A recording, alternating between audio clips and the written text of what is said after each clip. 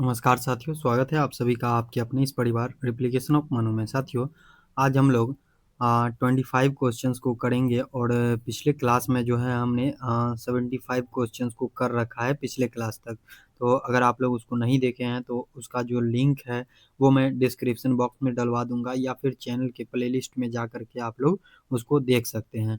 तो यहाँ पे जो है आज हम लोग बायोलॉजी के ऊतक विज्ञान से जो है 25 क्वेश्चंस को देखेंगे जो कि अलग-अलग एग्जाम में पूछे गए हैं। पीवाईक्यू है ये सभी क्वेश्चंस, ठीक है। तो चलिए शुरुआत करते हैं। यहाँ पे ये आपका सिलेबस है, इसे तो आप लोग बड़ी होंगे ही। तो यहाँ पे हम लोग डायरेक्ट क्वेश्चन की तरफ बढ़ चुके हैं और क्वेश्चन आ चुका है। कह रहा है फ्लोएम ऊतक में चालनी पट्टी जो है ये पाई जाती है क्या?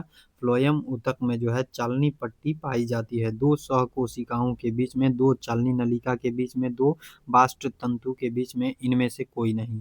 तो इसका जो राइट आंसर होगा आप सभी जवाब दीजिएगा। तो ये जो फ्लोएम ऊतक पाया जाता है ये कहाँ पे पाया जाता है? तो दो गो जो है चालनी नलिका होता है क्या? दो गो चालनी नलिका होता है और उसके बीच में जो है ये क्या पाया जाता है? फ्लोएम पाया जाता है। इस तरीके से जो भोजन को जड़ से पत्ती तक पहुंचाने का कार्य करता है और पत्ती से जड़ तक पहुंचाने का कार्य करता है, ठीक है। तो यहाँ पे आंसर क्या हो जाएगा? आंसर हो जाएगा दो चालनी नलिका के बीच में पाई जाते हैं, यानी B is the correct answer. तो इस तरीके से है। अगला क्वेश्चन कह रहा है कि पौधों में फ्लोएम मुख्यतः उत्तरदायी होता है। किस चीज के लिए उत्तरदायी होता है? अभी हमने पीछे बताया है ना कि भोजन के वहन के लिए होता है। तो यहाँ पे राइट आंसर आप लोग जवाब दीजिएगा। तो आहार यानी भोजन के वहन के लिए जो है फ्लोएम तंतु जिम्मेदार होता है। फ्लोएम जो है प्लांट में क्या करता है? भोजन का वहन करता है, यानी आहार का वहन करने का कार्य करती है, ऊपर से नीचे और नीचे से ऊपर, ठीक है। तो अगला क्वेश्चन आ चुका है और अगला क्वेश्चन कह रहा है पौधों में जाइलम जो है किसके लिए जिम्मेदार होता है? तो जाइलम क्या करता है? ये जल को जो है जड़ से पत्ती तक पहुंचाने का कार्य करता है। क्या होता है? जैसे ये प्लांट है, मान लीजिए ये प्लांट है और ये जड़ है, ठीक है। ये जड़ है और यहाँ से मिट्टी से ही ना पानी लेगा। प्लांट जो है वो मिट्टी से पानी लेता है। तो जड़ से मिट्टी तक सॉरी जड़ से जो है पत्ती तक पहुंचाने का कार्य कौन करता है प्लांट में पानी को? तो ये करता है जाइलम। जाइलम जाइलम तंतु करता है, ठीक है। जाइलम जाइलम करता है। जाइलम एवं फ्लोएम पढ़े होंगे आप लोग 9th क्लास में, और ये 9th क्लास का ही क्वेश्चन है, ठीक है। तो जाइलम क्या करता है कि जल का जो है जड़ से पत्ती तक संवहन करता है। तो जल वहन के लिए यहाँ पे हो जाएगा D is the correct answer. यहाँ पे हो जाएगा D is the correct answer. यहाँ पे जल का वहन करता है। पौधों में जो प्लांट में जो जाइलम होता है वो जल का वहन करने का कार्य करती है। अगला क्वेश्चन, अगला कह रहा है शाखाओं से पत्तियां किन कारणों से झड़ जाती है? किरण नहीं, कारणों से झड़ जाती है। शाखा यानी प्लांट का जो भी ब्रांच होता है उसका जो पत्ती होता है वो कथी लेल झड़ जाता है? तो ये झड़ता है आपको वायुमंडलीय तापमान में गिरावट के कारण, अपना जीवन काल पूर्ण होने के कारण, दैनिक काल के छोटा हो जाने के कारण, कॉर्क के बाहर बिलगन बिलगन परत बन जाने के कारण। तो इसका राइट आंसर आप सभी लोग दीजिएगा। क्या होता है कि प्लांट का जो भी ब्रांच होता है और ब्रांच में जो है पत्ती जुड़ा होता है। जैसे मान लीजिए ये एक प्लांट है, ठीक है। ये एक प्लांट है और इसके टहनी में जो है पत्ती जुड़ा हुआ है। क्या? इसके टहनी में जो है पत्ती जुड़ा होता है। इसके टहनी में जो है क्या होता है? पत्ती जुड़ा होता है। तो ये पत्ती किस कारणवश जो है ये झड़ जाता है? किस कारणवश झड़ जाता है? तो ये पत्ती किस कारणवश झड़ता है? जब इसका जो है क्या होता है, ये जो पत्ती झड़ने का कारण होता है जब कॉर्क, प्लांट का जो कॉर्क होता है जो कि तना पे पाया जाता है, वो कॉर्क का जो बिलगन यानी बिलगन परत कॉर्क के बाहर जो है जब बिलगन परत बन जाता है तो प्लांट का जो पत्ती होता है ब्रांच से अलग हो जाता है, ठीक है। तो यहाँ पे इसके अकॉर्डिंग जो राइट आंसर होगा वो आप सभी लोग जवाब दीजिएगा। तो कॉर्क के बाहर बिलगन परत बन जाने के कारण जो है प्लांट का जो शाखा यानी ब्रांच होता है, ब्रांच से जुड़े पत्ती होता है वो झड़ जाता है, ठीक है। झड़ जाने का कारण जो है कॉर्क के बाहर बिलगन परत बन जाना भी बोलते हैं, या फिर आम भाषा में इसको जो है पतझड़ बोलते हैं। प्लांट पतझड़ लिया है ऐसा बोलते हैं, पेड़ जो है पतझड़ लिया है ऐसा बोलते हैं, और ये बसंत ऋतु में होता है, ठीक है।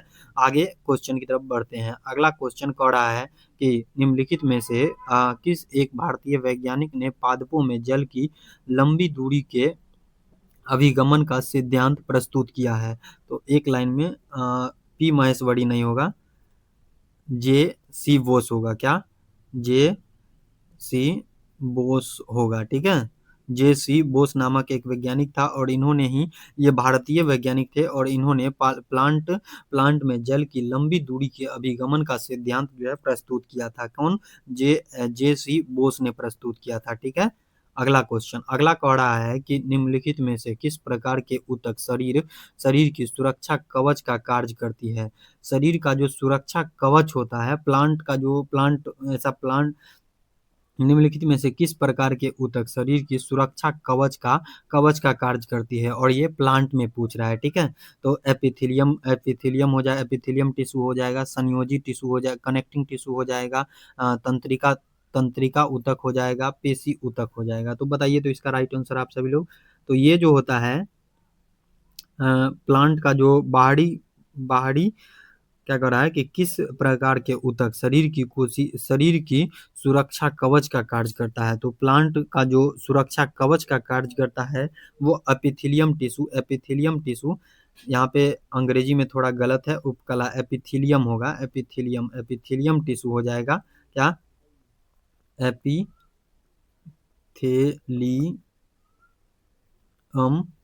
टिश्यू हो जाएगा। क्या? एपिथेलियम टिश्यू हो जाएगा, इज द करेक्ट आंसर। यहाँ पे ए इज द करेक्ट आंसर। उपकला ऊतक हिंदी में ठीक लिखा हुआ है, ठीक है। किस प्रकार के ऊतक के शरीर की सुरक्षा कवच का कार्य जो है किस प्रकार के ऊतक जो है शरीर की सुरक्षा कवच का कार्य करती है? तो उपकला ऊतक, और अंग्रेजी में पूछे तो एपिथेलियम टिश्यू, ठीक है।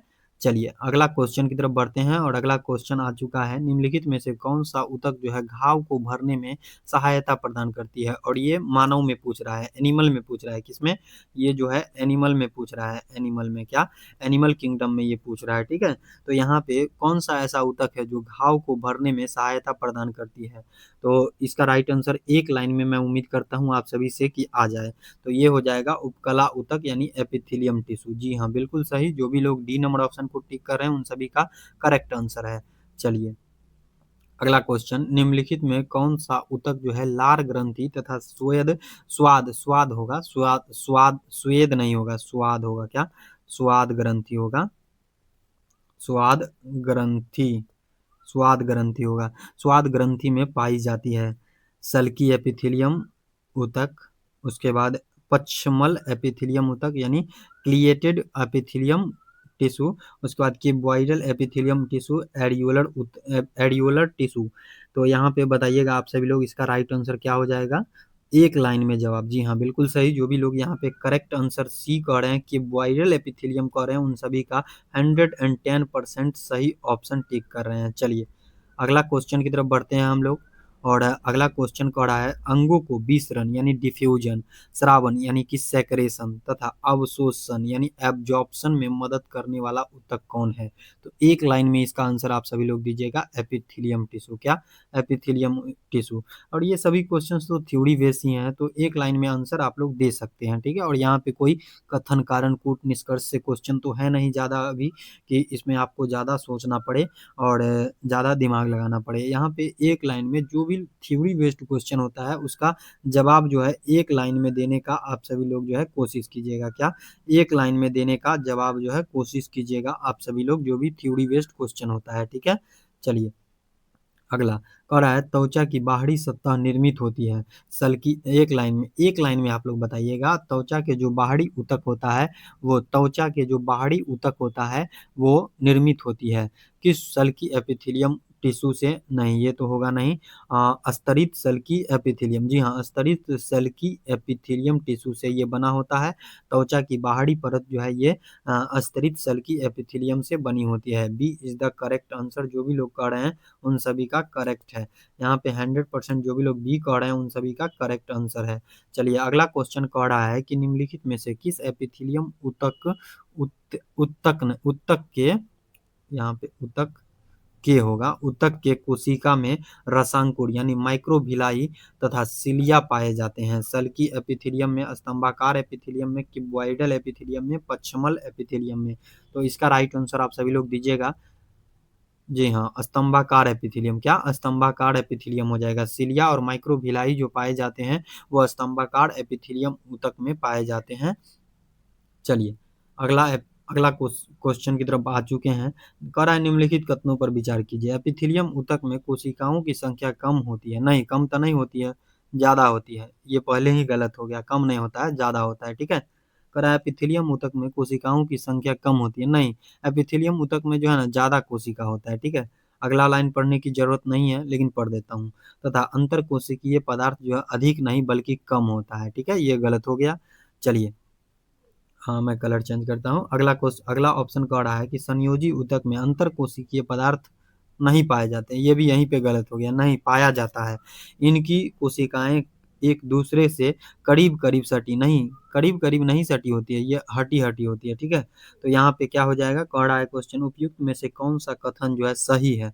तो सही तो कोनो है ही नहीं, तो डी हो जाएगा इसका आंसर। डी हो जाएगा, क्या डी हो जाएगा। कह रहा है न तो वन और न ही दो सही है। तो अगला क्वेश्चन की तरफ आ चुके हैं और अगला क्वेश्चन जो है साथियों पढ़िएगा। सल्की एपिथेलियम ऊतक का प्रमुख कार्य क्या है। जो सल्की एपिथेलियम टिश्यू होता है उसका प्रमुख कार्य जो है ये क्या होता है। तो एक लाइन में सल्की एपिथेलियम टिश्यू जो है क्या करता है, ये सुरक्षा करने का कार्य करती है। प्रोटेक्ट करने का कार्य करती है। सी इज द करेक्ट आंसर। यहाँ पे जो भी लोग कह रहे हैं उत्सर्जन में मदद नहीं करता है, जनन में मदद नहीं करता है, इनमें से कोई तो होगा नहीं, तो सुरक्षा करना हो जाएगा। ठीक है, प्रोटेक्ट करना होता है। अगला क्वेश्चन कह रहा है कि पछमावी एपिथेलियम ऊतक पाया जाता है। प्लीहा में पाया जाता है, त्वचा में पाया जाता है, यकृत में पाया जाता है, ट्रेकिया तथा गर्भाशय में पाया जाता है। तो ये जो हो जाएगा, प्लीहा में नहीं पाया जाता है, त्वचा में नहीं पाया जाता है, त्वचा की सतह पर भी नहीं पाया जाता है, लीवर में तो कहीं से पाया ही नहीं जाता है। तो बच कौन रहा है, ट्रेकिया तथा यूट्रेस बच रहा है। ट्रेकिया तथा uterus is the correct answer. जो भी लोग यहाँ पे डी कह रहे हैं उन सभी का करेक्ट है। अगला क्वेश्चन कह रहा है कि निम्नलिखित में से कौन ऊतक त्वचा एवं मांसपेशी अथवा दो मांसपेशियों को जोड़ने का कार्य करती है।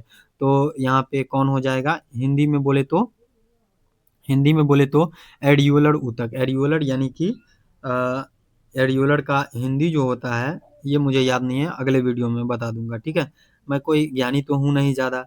ठीक है, हर एक चीज़ पढ़कर ही आता हूँ और फिर बताता हूँ। ठीक है, इतना कोई मैं ये नहीं हूँ, बहुत बड़ा ज्ञानी नहीं हूँ कि हर एक चीज़ का अंग्रेजी और हिंदी हमें पता ही होगा। तो यहाँ पे एडियोलर टिश्यू हो जाएगा। ठीक है, निम्नलिखित में से कौन ऊतक त्वचा एवं मांसपेशी अथवा दो मांसपेशियों को जोड़ने का कार्य करती है। तो एडियोलर ऊतक हो जाएगा, क्या एडियोलर ऊतक हो जाएगा। यहाँ पे ए इज द करेक्ट आंसर हो जाएगा। अगला कह रहा है कि मोटापा किसकी अधिकता के कारण होती है। तो मोटापा जो है वसा ऊतक के कारण होता है। वसा यानी फैट ऊतक, फैट सॉरी, एक मिनट, फैट टिश्यू के कारण होता है। फैट टिश्यू के कारण होता है मोटापा। ठीक है, अगला कह रहा है कि निम्नलिखित में से कौन एक शरीर को गर्म रखने में, तो ये भी वसामय ऊतक हो जाएगा। अगर फैट ज्यादा है तो बॉडी को जो है गर्मी भी ज्यादा लगेगा। जैसे आप लोग देखिएगा मोटा आदमी जो होता है ना उसको गर्मी के महीना में गर्मी बहुत लगता है। ठीक है, और ठंडा के महीना में एकदम सीना तान के चलेगा। ठीक है, तो यहाँ पे जो है मोटा जो आदमी होता है, जो है थोड़ा मोटा हेल्दी है, उसको सच्ची में जो है गर्मी बहुत ज्यादा लगती है गर्मी के महीने में। गर्मी के महीना में देखिएगा तो गंजी पीन के घूमते रहेगा वो लोग।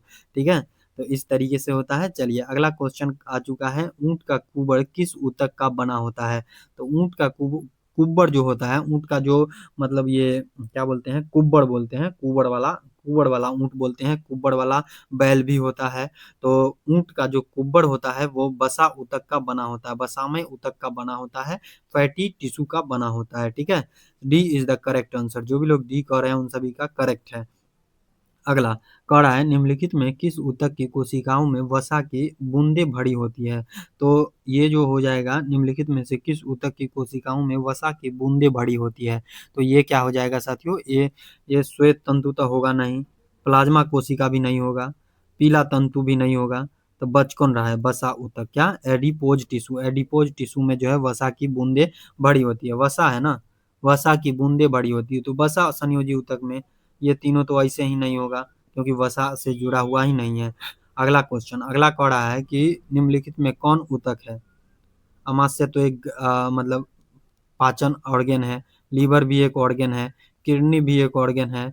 तो यहाँ पे बच कौन रहा है? रुधिर यानी ब्लड। क्या? रुधिर यानी ब्लड। क्या साथियों? रुधिर यानी ब्लड। ब्लड जो है ये एक तरह का टिश्यू है। क्या है? टिश्यू है। क्या है? टिश्यू है।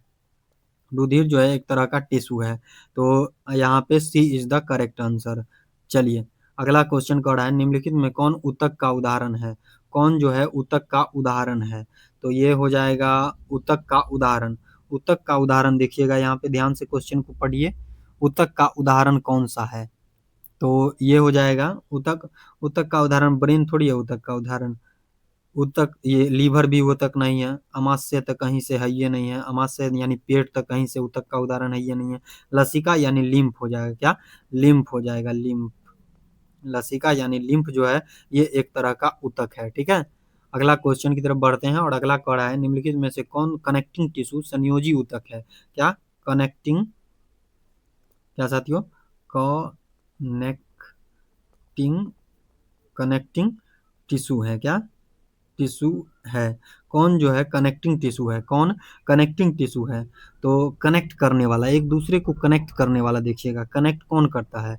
एक दूसरे को कनेक्ट कौन करके रखता है? बताइए तो कौन करके रखता है? तो यहाँ पे बोन भी एक शरीर को कनेक्ट करता है।